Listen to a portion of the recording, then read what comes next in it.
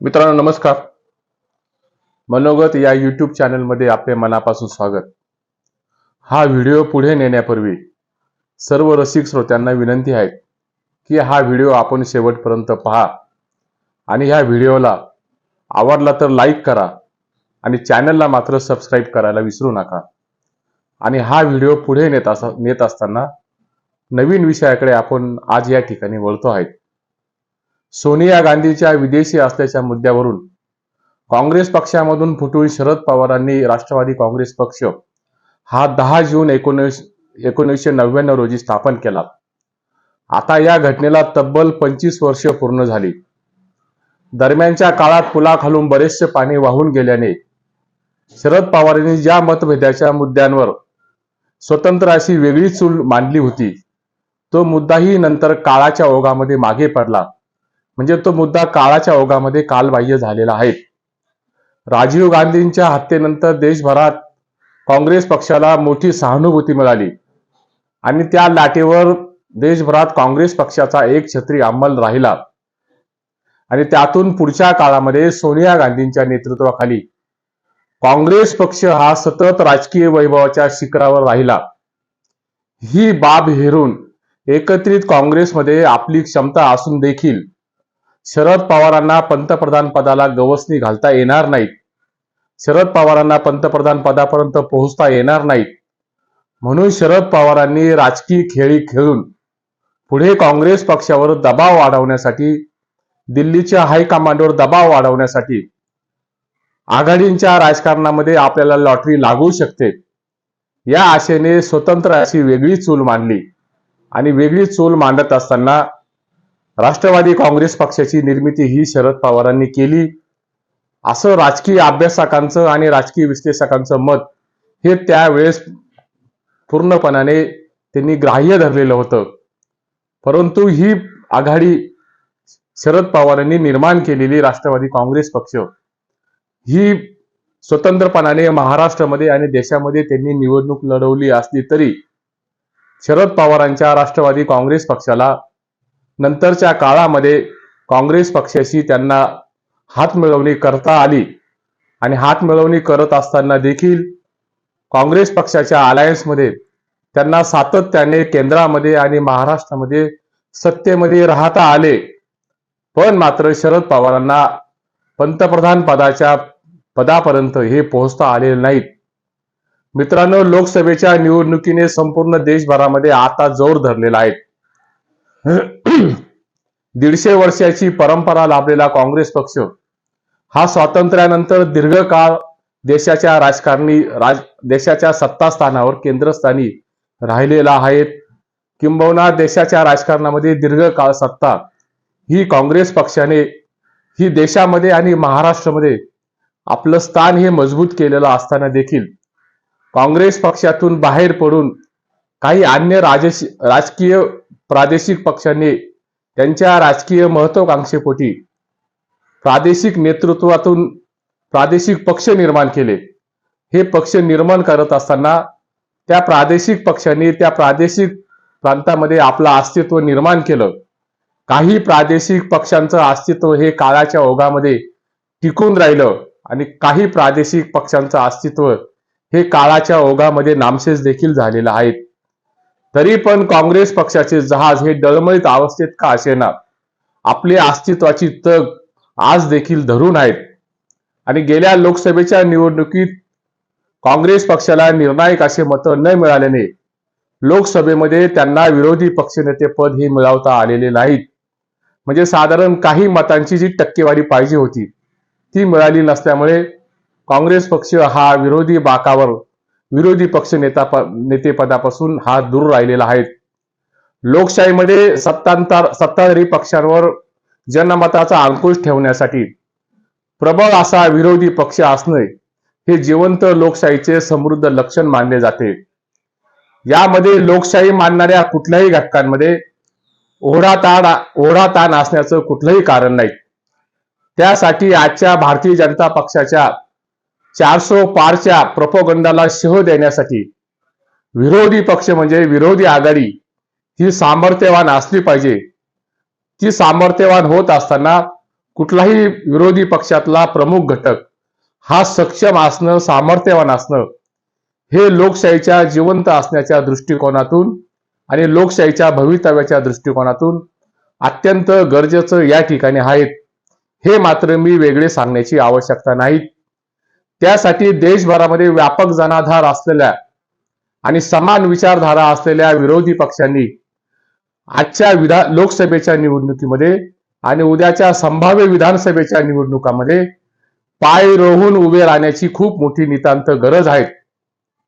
लोकसभा निवडणुकीची रणधुमाळी चालू असताना जम्मू मधील 2 राजकीय पक्षांनी आपले पक्ष विसर्जित करून ते काँग्रेस पक्षामध्ये परवा विलीन केलेले आहेत.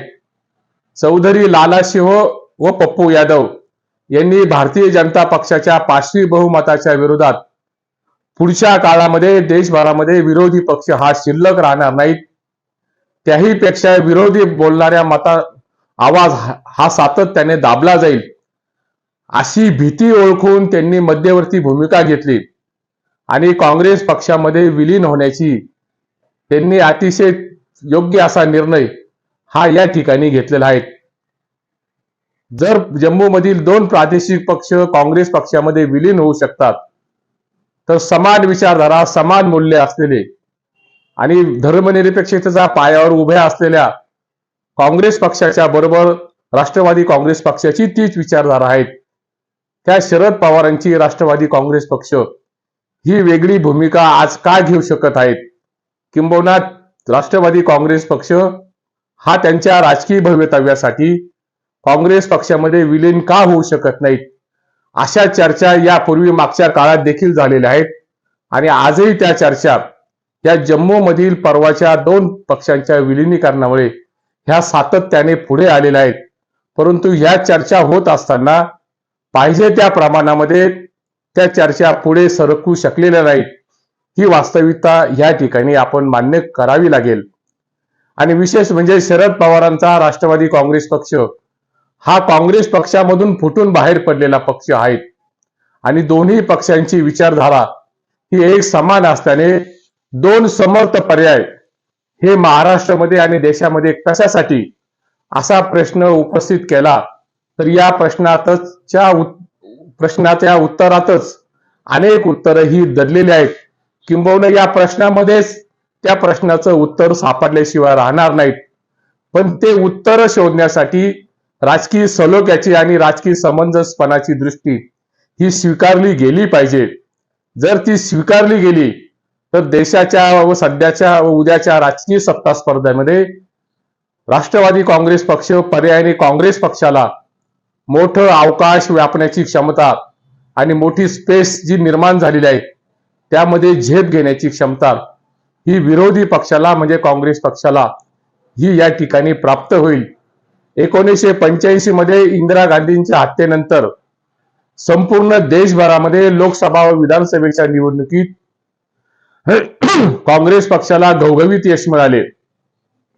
त्या घवघवीत यशानंतर लोकसत्ताचे तत्कालीन संपादक असलेले दिवंगत माधव गडकरींनी विरोधकांच्या मतविभाजनामुळे काँग्रेस पक्षाला मोठ्या प्रमाणावर यश मिळालेले आहे हे त्यांनी देशभरामध्ये असलेल्या अनेक परिसंवादामध्ये हे पटवून दिल्यामुळे पुढच्या काळामध्ये विरोधकांना माधव गडकरींच्या असलेल्या विश्लेषणाची मोठी मदत झाली आणि नंतरच्या काळामध्ये काँग्रेस पक्षाची ही पिछेहाट झालेली आहे हे मात्र या ठिकाणी वास्तव आहे.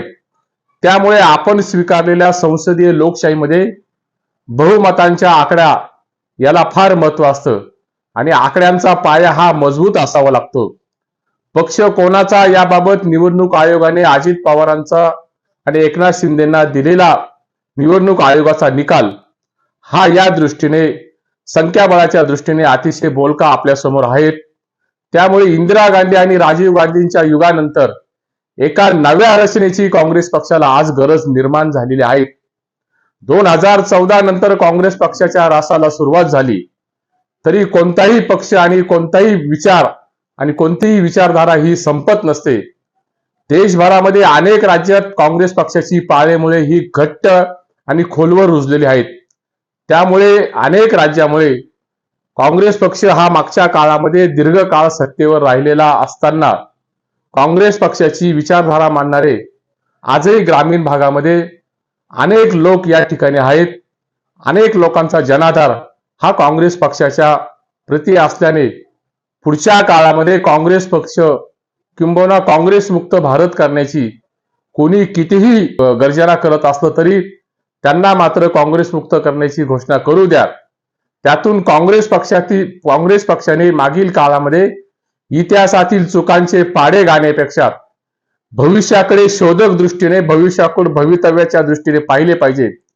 आणि हे करत असताना काँग्रेस पक्षापासून दुरावलेल्या घटकांना समन्वय आणि संवादाच्या माध्यमातून त्यांना जर एकत्रित आणण्याची भूमिका पार पाडली, एक वडिलकीच्या नात्याने ती भूमिका पार पाडली, तर समविचारी पक्षांचे ऐक्य जुळवले तर काँग्रेस पक्षाला वैभवशाली गेल्या काळातील जी पद गमावलेली आहेत त्याचं पुनर्निर्माण या ठिकाणी करता येऊ शकतं.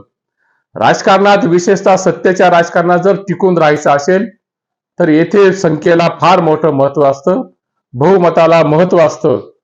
लोकशाही झोपडीतील दरिद्री नारायणाने उंचावलेला एक हात आणि आलिशान महालामध्ये राहणाऱ्या गर्भ श्रीमंताने उंचावलेल्या हाताला देखील संसदीय लोकशाहीत समान असे मूल्य असतात. हे आपण या ठिकाणी लक्षात घेतलं आणि राजकारणाचं सूत्र आणि सार ही समान विचारधारा असणाऱ्या पक्षांनी एकाच झेंड्याखाली पुढच्या काळामध्ये एकत्रित अशी भक्कम मोठ बांधल्यास भारतीय जनता पक्षापुढे देशभरामध्ये मोठं आव्हान हे उभं राहू शकतं. समविचारी पक्ष जर एकत्र आले तर भारतीय जनता पक्षाचा हा निवडणुकीमध्ये लागत नाहीत. महाराष्ट्रामधील काही निवडणुका निकालांचे अंदाज हे पाहिले आणि देशभरामधील काही निवडणूक निकालांच्या अंदाजावर आपण नजर टाकली तर ह्या गोष्टी आपल्या लक्षात आल्याशिवाय हे राहणार नाहीत. म्हणून जम्मूमध्ये 2 प्रादेशिक पक्षांनी काँग्रेस पक्षामध्ये विलीन करण्याचा घेतलेला निर्णय हा महाराष्ट्रातील शरद पवारांच्या राष्ट्रवादी काँग्रेसला बरंच काही सांगणारा आहे. त्याही पेक्षा अतिशय सूचक असा जम्मू काश्मीरमधील 2 पक्षांचा विलिनीकरणाचा निर्णय हा शरद पवारांच्या राष्ट्रवादी काँग्रेस पक्षाला पुढच्या काळामध्ये दिशादर्शक ठरवणारा आहे. कारण लोकशाही वाचवण्यासाठी आणि संविधानाचं रक्षण करण्यासाठी समविचारी पक्षांचं ऐक्य होणं ही देशभराच्या दृष्टिकोनातून अतिशय काळाची गरज या ठिकाणी निर्माण झालेली आहे. याही पेक्षा शरद पवार हे महाराष्ट्राच्या आणि देशाच्या राजकारणामध्ये अतिशय ज्येष्ठ आणि मुत्सद्दी असं नेतृत्व आहे. राजकारण करत असताना राजकारणामध्ये करपलेली भाकर फिरवण्याची क्षमता ही शरद पवारांना पूर्णपणे जाणून आहे. ती भाकर फिरवली नाही तर ती भाकर मात्र करपते. हे राजकारणातील सूत्र योग्य वेळी अंमलात आणण्यासाठी शरद पवार हे वाकबगार नेते आहेत. हे मात्र मी वेगळे सांगण्याची या ठिकाणी आवश्यकता नाही. जम्मूमधील 2 पक्षांच्या विलिनीकरणामुळे महाराष्ट्रामध्ये आणि देशभरामध्ये असलेल्या काँग्रेस पक्षाच्या समान विचारधारा असलेल्या पक्षांनी पुढच्या काळामध्ये स्वतंत्र चूल मांडून कुऱ्हाडीवर पाय देण्यापेक्षा किंवा कुऱ्हाडी आपल्या पायावर मारून घेण्यापेक्षा एक सक्षम सामर्थ्यवान पर्याय हा लोकशाहीच्या दृष्टिकोनातून निर्माण होणं आणि भारतीय जनता पक्षापुढे पुढच्या काळामध्ये सामर्थ्यवान विरोधी पक्षाची निर्मिती करणं हे जिवंत लोकशाहीचं लक्षण आहे. काँग्रेस पक्ष समर्थ व्हावी, काँग्रेस पक्ष सामर्थ्यवान व्हावी, पण ही सामर्थ्यवान होत असताना वडिलकीच्या नात्याने अन्य घटक पक्षांना आपल्यामध्ये सामावून घेण्यासाठी समविचारी पक्षांना तसा प्रस्ताव देऊन एक मजबूत अशी आघाडी पुढच्या काळामध्ये निर्माण झाली तर ती देशहिताच्या दृष्टिकोनातून ती योग्यच ठरेल. बघूया पुढच्या काळामध्ये काय काय घडतं. तुर्तास येथेच थांबतो. हा व्हिडिओ आवडला असेल तर व्हिडिओला लाईक आणि सबस्क्राईब करा. मित्रपरिचितांना पुढे पाठवा. पुन्हा भेटूच नव्या विषयांसह. नमस्कार.